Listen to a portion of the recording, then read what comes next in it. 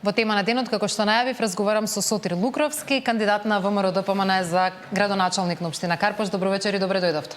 Добро вечер, ви благодарам на можноста да се представам пред големата македонска јавност и пред моите карпошани. Над 30 години во приватен сектор, сега влегувате во политика, во јавен живот, излегувате од сенка, од анонимност и така натаму. После овие први денови кампања и пред кампања, како гледате од овој аспект на овој трансфер, дали како ваша предност или како ваша слабост и хендикеп во политичкиот свет? Па јас имам веќе долги денови на кампања. Па би рекол и едното и другото. Ајде да почнеме како хендикеп. Јас не сум човек кој досега е политички ангажиран и представен во јавноста како политичар, така да во едно општество во кое живееме, во која политиката е доминантна во нашето секојдневие, во нашето живење, не сум човек кој води црни кампањи. Гледаме деновиве, сме изложени на една, ајде да кажеме, еден напад пред се лаги, невистини. Тоа малку ме погодува, не дека ме навредува, меѓутоа тоа е еден концепт на кој не сум навикнат и мислам дека политичките партии преку таква пракса само ја зголемуваат апатијата, стравот кај граѓаните од, ајде да кажам, некоја неизвестност. И сметам дека ако рачунаме дека јас сум политички неискусен, може би е како една врста на мој хендикеп. Како во сето тоа се снаоѓам.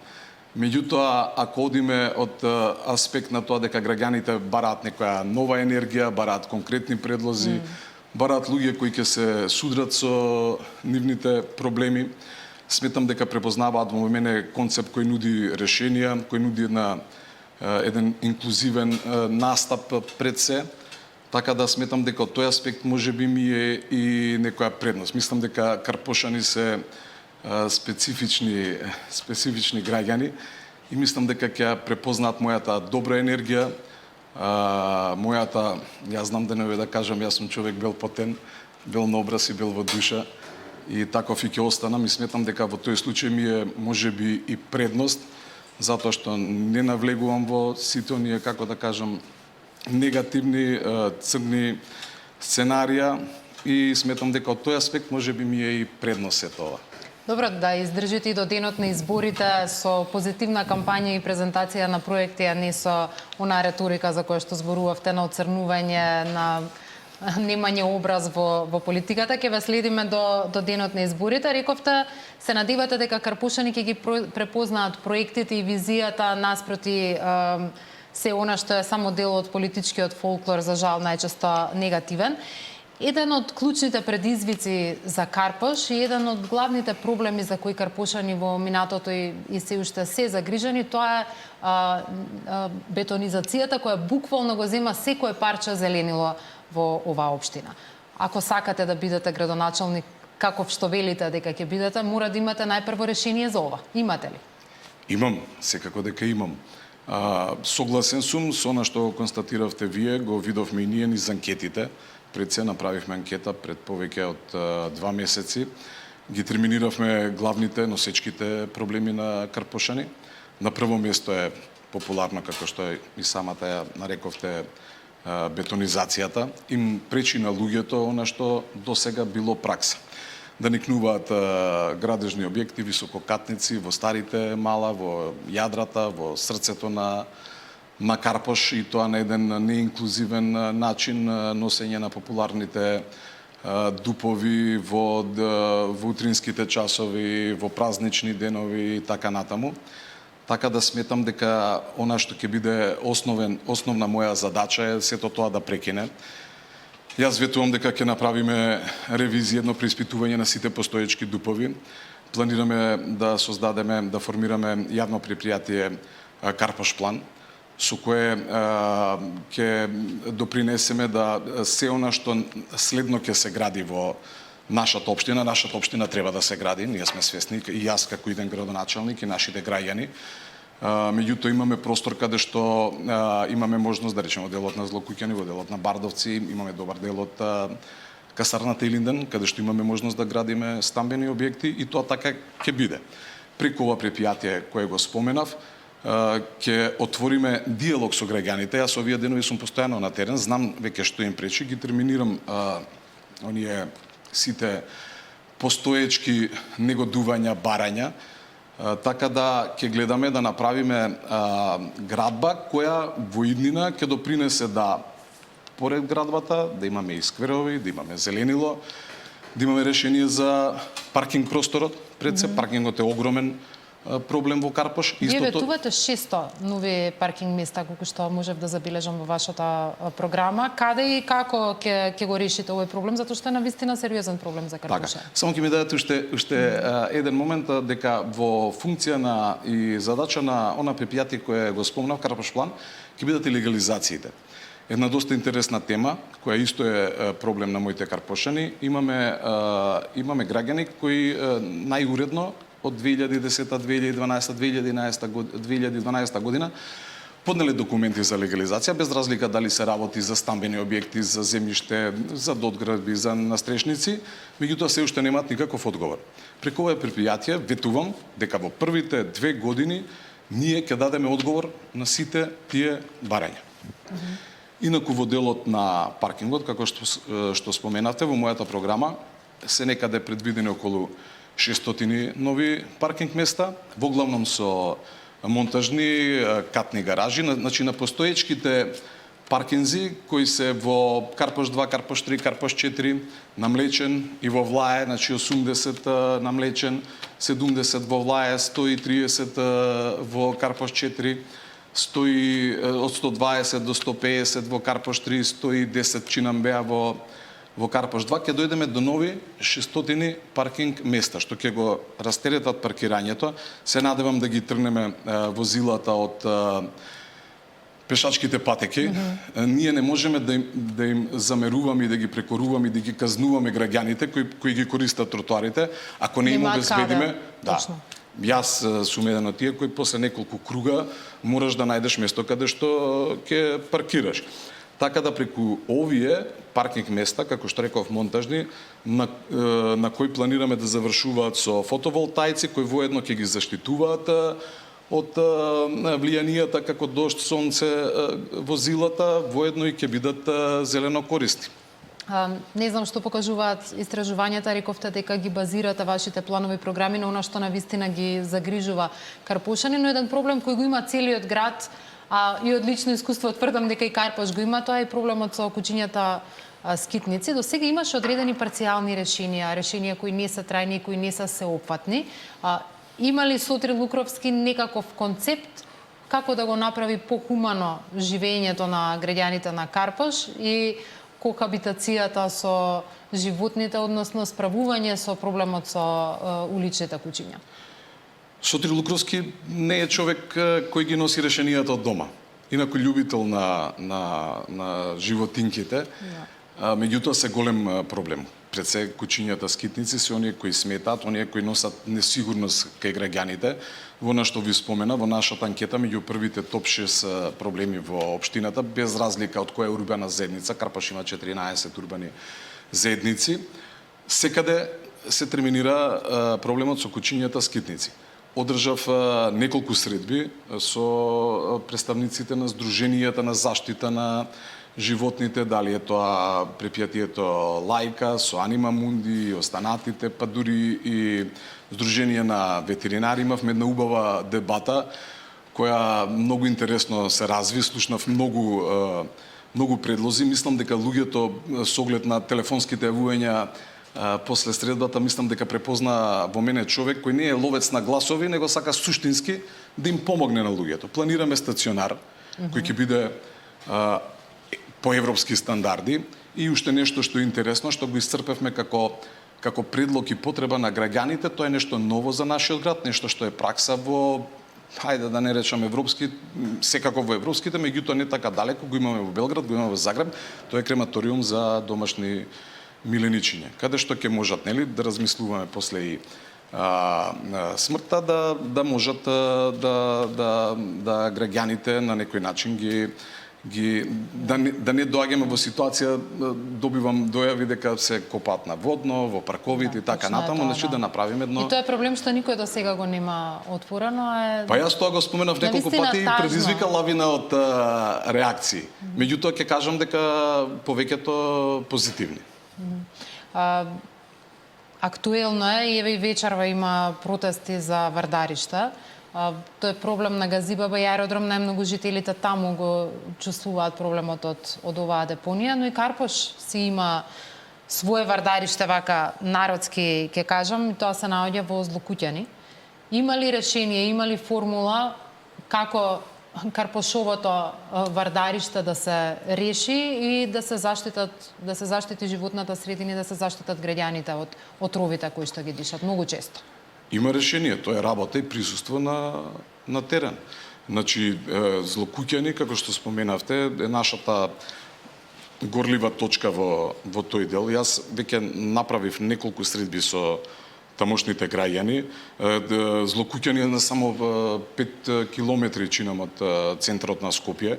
Инаку воздушно, јас живеам во Карпош 4, преку Вардар, значи на нецел километар од Карпош 4. Ние сите го чувствуваме проблемот, дали лично, дали преку социјалните мрежи. Имаме депонија таму во делот на Злокуќани кон Лепенец, за која гарантирам дека ќе биде една од моите први задачи.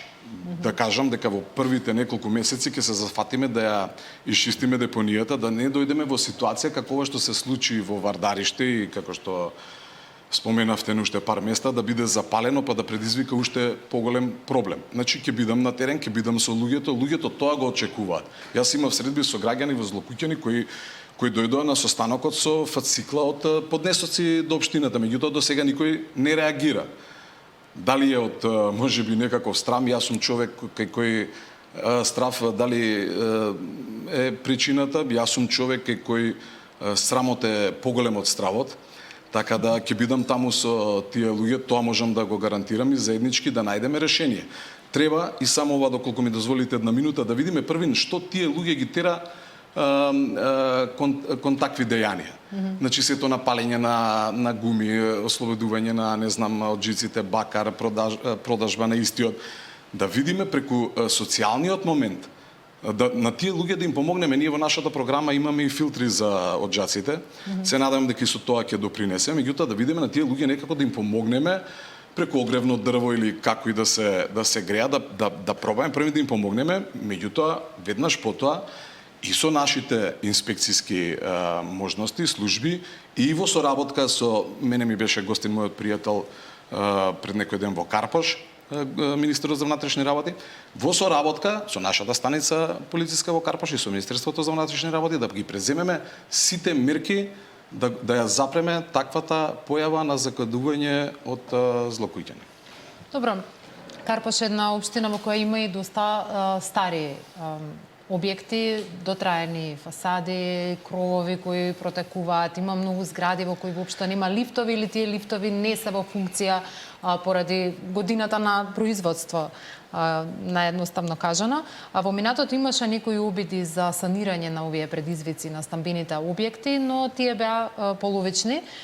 Сето тоа оди бавно или воопшто не се случува. Имате ли во вашата програма план како може да им се помогне на граѓаните да живеат во енергетски ефикасни објекти, да имаат квалитетни услови за живот во своите згради? Како што кажавте, Карпош и населбите во Карпош се негде во почетоците на 60-тите години.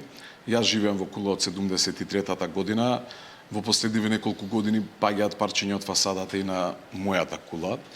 Секако дека имаме во програмата во основа фасадите, значи да бидат пред се енергетски ефикасни, како што кажавте, со што граѓаните ќе заштедат и на основ на ладењето и грејењето во своите станови. Разговаравме со пар артисти, популарно кажано, сега се актуелни муралите, Значи, да малци заедно со енергетската ефикасност да допринесеме и во разобувањето на карпошките мала.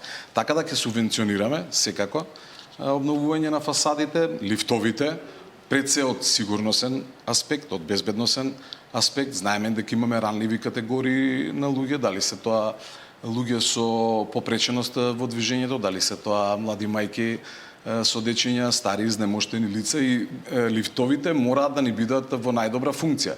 Ке субвенционираме, значи, сето она што преди се значи сигурност, сајли, кочници и така натаму, меѓутоа и куќиштата и она што може да го разубави самиот момент на присуството во лифтовите. Размислуваме и за субвенционирање и помош на станарите при одредени шифрарници. Ни се појавува во ова анкета и безбедноста како проблем, така да преку субвенционирањето на шифрарници во лифтовите да спречиме несакани посетители да влегуваат во кулите, со што ќе допринесеме за безбедноста, за безбедно чувство на граѓаните на општина Карпош. Добро, на почетокот рековте дека политиката можеби не ви е првиот јазик или не ви е мајчин јазик. Добро сте ги совладале основите, морам да признам, во овие долги месеци во кои веќе сте активен и вклучен. Морам за крај она што е баш политичко, тоа се калкулациите и математиките што на денот на изборите. Важите за фаворит во моментов, но можеби ќе биде многу понизвестно што ќе се случува во вториот круг од изборната трка. Имате ли, градите ли некаква соработка со вашите против кандидати? Можете ли да сметате на евентуална поддршка од некој од нив во финалето на локалните избори? Доколку има втор круг. Малце се нашегував. Јас сум човек кој работи широко. Човек кој сака поддршка. Човек кој знае дека не може да знае се. Таква ми е и до сега професијата, работам со тимови. Ги вклучувам во тимовите сите оние кои сметам дека се најдобри во својот дел на работата.